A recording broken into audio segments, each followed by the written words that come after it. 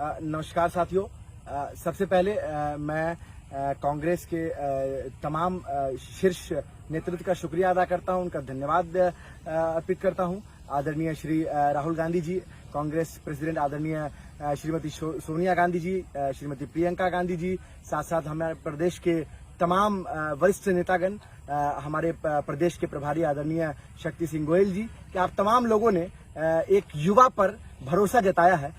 और जैसा कि मुझे मालूम पड़ रहा है कि पूरे बिहार में जितने भी सिंबल दिए गए हैं उन तमाम कैंडिडेट्स में मैं सबसे युवा कैंडिडेट हूं। और शायद इसी वजह से बीजेपी के लोगों को ये बात बुरी लग रही है कि एक युवा को कैसे मौका मिल गया और एक ऐसी आवाज को कैसे मौका मिल गया जिस आवाज ने लगातार सरकार की गलत पॉलिसीज के खिलाफ, सरकार की खामियों के खिलाफ, सरकार की कमियों के खिलाफ सड़कों पर लड़ाई लड़ी है। चाहे वो अलीगढ़ की सड़कें हों, चाहे वो दिल्ली के संसद मार्ग की सड़कें हों, हम लोगों ने, चाहे वो बिहार की सड़कें हों, दरभंगा की सड़कें हों, हम लोगों ने तमाम लड़ाइयों को सड़क पर लड़ा है और आगे भी इस लड़ाई को सड़क से लेकर सदन पे लड़ने का काम करेंगे। और मैं आदरणीय श्री राहुल जी का धन्यवाद देता हूं कि उन्होंने हमारी सड़क की लड़ाई को एक आवाज देने की कोशिश की है। और भारतीय जनता पार्टी के लोग जैसा कि हमेशा प्रोपेगेंडा करते हैं, उनकी प्रोपेगेंडा मशीनरी चालू हो चुकी है और वो वीडियो को तोड़ मरोड़ कर पेश कर रहे हैं, कट कर पेश कर रहे हैं। बीजेपी के एक सर्वश्रेष्ठ नेता है जो लगातार मेरी वीडियोस को, पुरानी वीडियोस को जो कि पब्लिक डोमेन में पहले से है, उसको कट कर रहे हैं ताकि उसका मीनिंग को कुछ बदला जा सके। मैं बिल्कुल क्लियरिफाई करना चाहता हूं, पूरी तरह से क्लियरिफाई करना चाहता हूं कि हम लोग वो लोग हैं, हम उस खानदान से आते हैं जिस खानदान ने इस मुल्क की आजादी में, उस समाज से आते हैं जिस समाज ने इस मुल्क की आजादी में अपने लहू दिए हैं, अपने खून का एक एक कतरा दिया है। और इस मुल्क की हिफाजत के लिए, अगर इस मुल्क की हिफाजत के लिए एक एक कतरा भी लहू अगर लगेगा तो सबसे पहले हम लोग देने को तैयार हैं। और हम लोग गांधी की विचारधारा के मानने वाले लोग हैं और हम तमाम दूसरी विचारधारा को नकारते हैं, चाहे वो जिन्ना की विचारधारा हो, चाहे वो कोई भी ऐसी विचारधारा हो जो देश को तोड़ने का काम करती है, जो देश के खिलाफ काम करती है। हम उन तमाम प्रोपेगेंडा मशीनरी को, हम उनको डिबंक करने का काम करते हैं, उनको खारिज करने का काम करते हैं।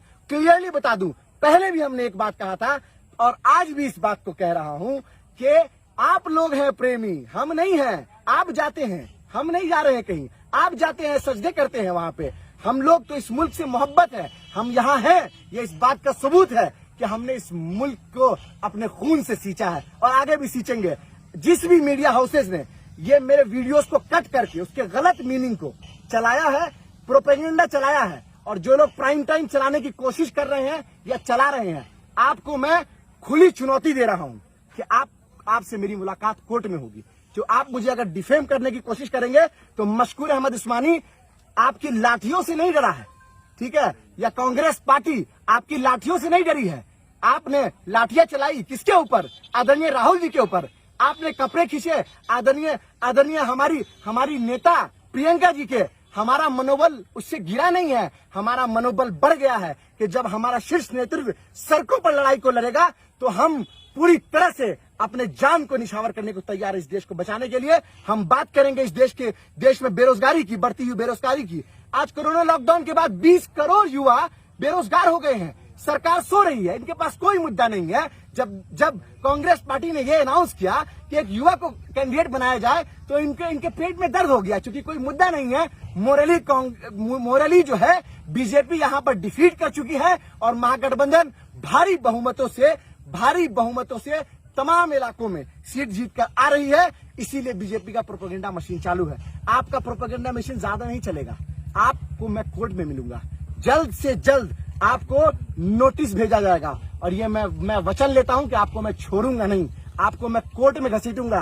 पहले भी आपको मैंने लीगल नोटिस भेजा था तो आप शांत हुए थे, फिर से भेजना पड़ेगा। कोई बात नहीं है, गोदी मीडिया है आपने तो टीआरपी का जो खेल खेला है वो पूरे देश के सामने है कि एक चैनल 500 रुपए बांटता है कि उसके चैनल को देखा जाए। अब ये देश यहाँ पहुंच चुका है। साथियों, दोस्तों, बुजुर्गों, नौजवानों, मेरी माओ, मेरी बहनों, आप तमाम लोगों से मेरी अपील है कि तमाम ऐसी साजिशें जो हमारे असल मुद्दे से हमें भटकाती है, शिक्षा का मुद्दा देख लीजिए। जिस कॉन्स्टिट्यूंसी में मैं अभी खड़ा हूं, जो मेरी कॉन्स्टिट्यूंसी है, इसका नाम जाले विधानसभा है। 87 जाले दरभंगा में ये लगता है। यहाँ पर लिटरेसी रेट 60% है।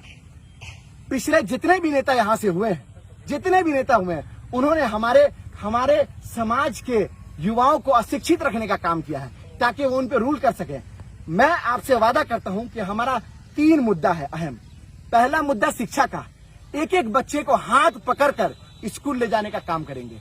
दूसरा मुद्दा हमारा स्वास्थ्य का मुद्दा है। डॉक्टर होने के नाते मैं सब ऐसी स्वास्थ्य व्यवस्था में यकीन रखता हूं जो स्वास्थ्य व्यवस्था तमाम गरीबों के लिए हो, वंचितों के लिए हो, किसानों के लिए हो, मजदूरों के लिए हो, दलित भाइयों के लिए हो, जहां पर उनको फ्री सुविधा मिले। आज आप पीएचसी का हाल देख लीजिए, एपीएससी का हाल देख लीजिए। मैं पीएचसी की बात कर रहा हूं तो आप सोचेंगे बुरा हाल होगा। ये पीएचसी से बदतर हाल बिहार की राजधानी पटना के एनएमसीएच का है। एक दिन अगर बिहार में बारिश आ जाती है तो पटना के एनएमसीएच का आईसीयू जो है, वो आईसीयू में चला जाता है। ठेवने भर पानी होता है उसमें, और उसमें नर्स और डॉक्टर काम करते हैं। कितने शर्म की बात है। हम डिजिटल इंडिया की बात करते हैं, हम बात करते हैं कि विकास की धारा आ गई। 2014 में एक एम्स अनाउंस हुआ दरभंगा के अंदर, दूसरा एम्स 2015 में, और तीसरा एम्स 2020 में अनाउंस हो चुका है। ये सरकार है, वो सिर्फ घोषणाओं की सरकार है। इस देश का युवा इस बात को समझ चुका है, प्रदेश का युवा इस बात को समझ चुका है कि असल मुद्दे बेरोजगारी के मुद्दे हैं, शिक्षा के मुद्दे हैं, असल मुद्दे हमारे जॉब से रिलेटेड मुद्दे हैं, हमारे किसान भाइयों के मुद्दे हैं। जो हमारी पार्टी का स्टैंड है कि जो किसान विरोधी बिल लेकर आई है पार्टी, हम उसकी पुरजोर मुखालफत करते हैं और फिर से कहते हैं कि हम ऐसे तमाम कानूनों का विरोध करेंगे जो हमारे वंचित समाज के खिलाफ होगा, जो गरीब तबकों के खिलाफ होगा, जो मजदूरों के खिलाफ होगा, जो किसानों के खिलाफ होगा। मैं आपके सामने हूं। जिस तरह का प्रेम मुझे मिल रहा है, स्नेह मुझे मिल रहा है, और हर बार लोग कहते थे कि गठबंधन में वैसा मजा नहीं है, लेकिन जैसे ही मैंने इंटर किया है तो गठबंधन अटूट नजर आ रहा है।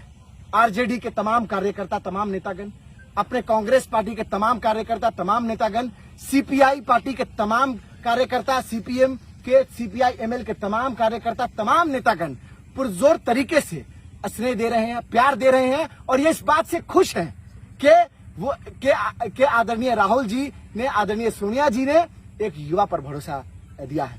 तो आप लोगों के समक्ष हूं, आपका बेटा हूं, और बस ये समझिए कि ये आवाज कल तक सड़कों पे थी, और आने वाले समय में ये आवाज सदन में गूंजेगी, वंचितों के लिए गूंजेगी।